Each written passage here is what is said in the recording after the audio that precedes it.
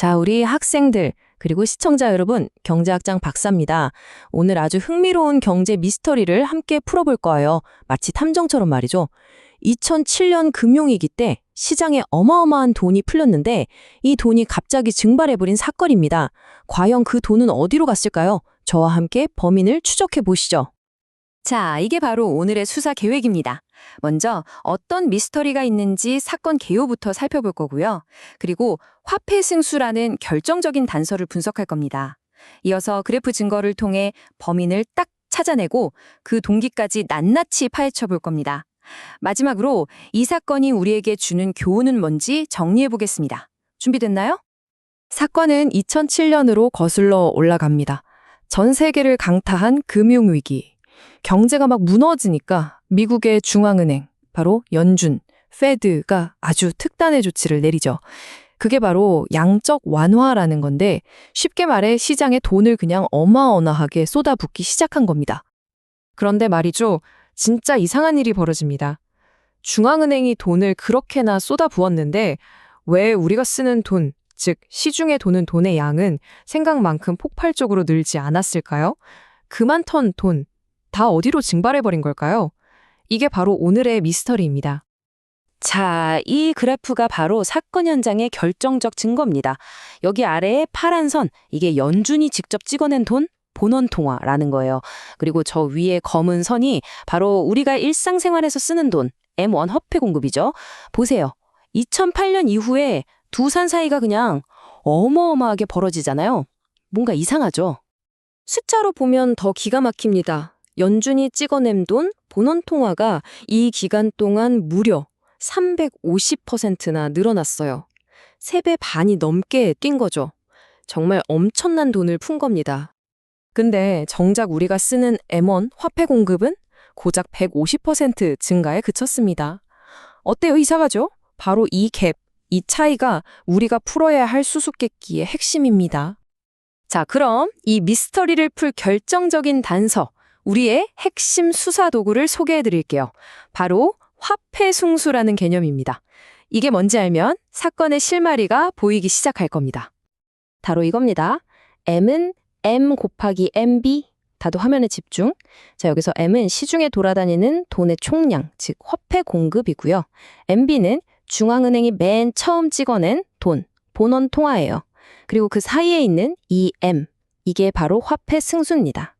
쉽게 말해서 중앙은행이 돈 100억을 찍어내면 MB, 이 M 덕분에 시중에서는 그 돈이 막 몇 배로 뻥튀기 돼서 돌아다니게 되는 원리죠. 이 화폐 승수라는 게 그냥 뭐 수학 공식처럼 딱 정해진 숫자가 아니에요. 이게 진짜 중요한 포인트인데 은행이나 우리 같은 일반 사람들, 그러니까 경제 주체들이 어떻게 행동하느냐에 따라서 계속 크기가 바뀌는 살아있는 숫자라는 거죠. 자, 그럼 이 화폐 승수의 크기를 좌지우지하는 두 명의 유력한 용의자를 공개합니다. 첫 번째 용의자는 우리 같은 일반 대중, 바로 현금 통화 비율이에요. 사람들이 돈을 은행에 안 넣고 현금으로 얼마나 갖고 있냐는 거죠. 두 번째 용의자는 바로 은행입니다. 초과 지급 준비율이라고 하는데 은행이 대출 안 해주고 금고에 현금을 얼마나 쌓아두고 있느냐 이겁니다. 과연 범인은 둘 중 누구일까요? 좋아요. 그럼 이제 데이터를 보면서 이 두 용의자의 알리바이를 한번 깨보겠습니다. 그래프라는 증거는 거짓말을 안 하거든요. 과연 누가 범인일지 한번 보시죠. 자, 드디어 나왔습니다. 결정적인 증거물이에요. 이 그래프 안에 두 용의자의 모든 행적이 다 담겨 있습니다. 먼저 위쪽 선부터 한번 자세히 뜯어볼까요? 자, 위쪽 선을 보세요. 이게 첫 번째 용의자인 현금 통화 비율 C의 움직임입니다. 조금 오르락 내리락 하긴 했는데 이 엄청난 미스터리를 설명하기엔 너무 얌전하죠? 이 친구는 범인이 아닌 것 같네요. 알리바이가 있어 보여요. 그런데 여러분, 이제 아래쪽 선을 한번 보세요. 이게 두 번째 용의자인 초과 지급 준비율 E입니다. 2008년을 기점으로 어떻게 되죠? 그냥 미친 듯이 하늘로 솟구치죠. 이건 뭐 정상적인 움직임이 아니에요. 딱 걸렸습니다.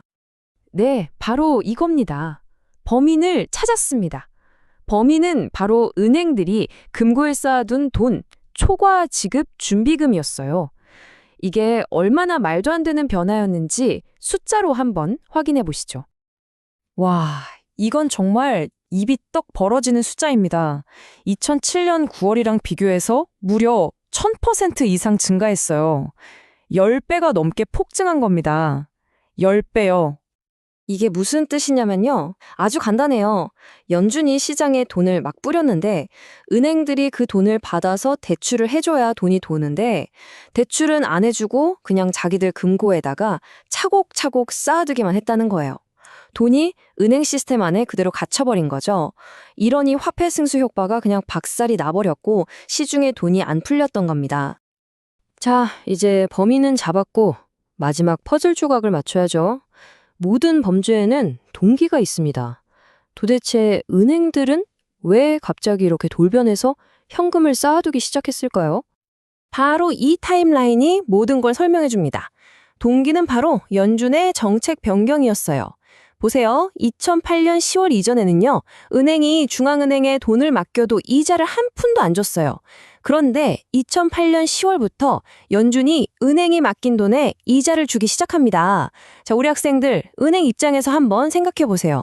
경기도 안 좋아서 대출해줬다가 떼일 위험도 큰데 그냥 안전하게 연준에 돈 맡겨두면 이자가 나온다? 그럼 당연히 대출을 안 해주고 연준에 돈을 맡기겠죠? 바로 그겁니다. 인센티브 구조가 완전히 바뀐 거예요. 자, 그럼 이 기나긴 수사를 통해 우리가 얻은 교훈은 뭘까요? 10년도 더 된 이 옛날 사건이 지금 우리에게 왜 중요할까요? 이 사건이 우리에게 아주 중요한 사실 몇 가지를 알려줍니다. 첫째, 시중에 도는 돈의 양은 중앙은행이 그냥 막 찍어낸다고 늘어나는 게 아니라는 것. 둘째, 은행이나 우리 같은 사람들의 행동이 정말 결정적인 역할을 한다는 것. 그리고 셋째, 지급준비금에 이자를 주는 것 같은 중앙은행의 사소해 보이는 정책 하나가 시장에 어마어마한 예상치 못한 파급효과를 낳을 수 있다는 거죠. 이 화폐 승수의 원리를 이해하는 게 바로 시장의 흐름을 읽는 눈을 기르는 겁니다. 결국 우리가 매일 보는 주식, 채권, 환율, 이런 복잡한 금융시장을 제대로 이해하려면 그 뿌리에 있는 돈이 어떻게 만들어지는가, 즉 화폐 창출 과정을 알아야만 한다는 겁니다. 오늘 우리가 함께 풀어본 이 미스터리는 그냥 과거의 사건이 아니에요.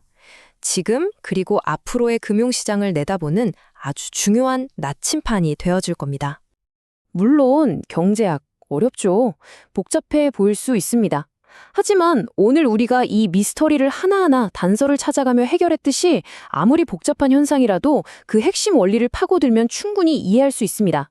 오늘 내용이 재밌으셨다면 여기서 멈추지 마시고 계속해서 배움을 이어가시길 바랍니다. 우리 같이 똑똑해지자고요. 감사합니다.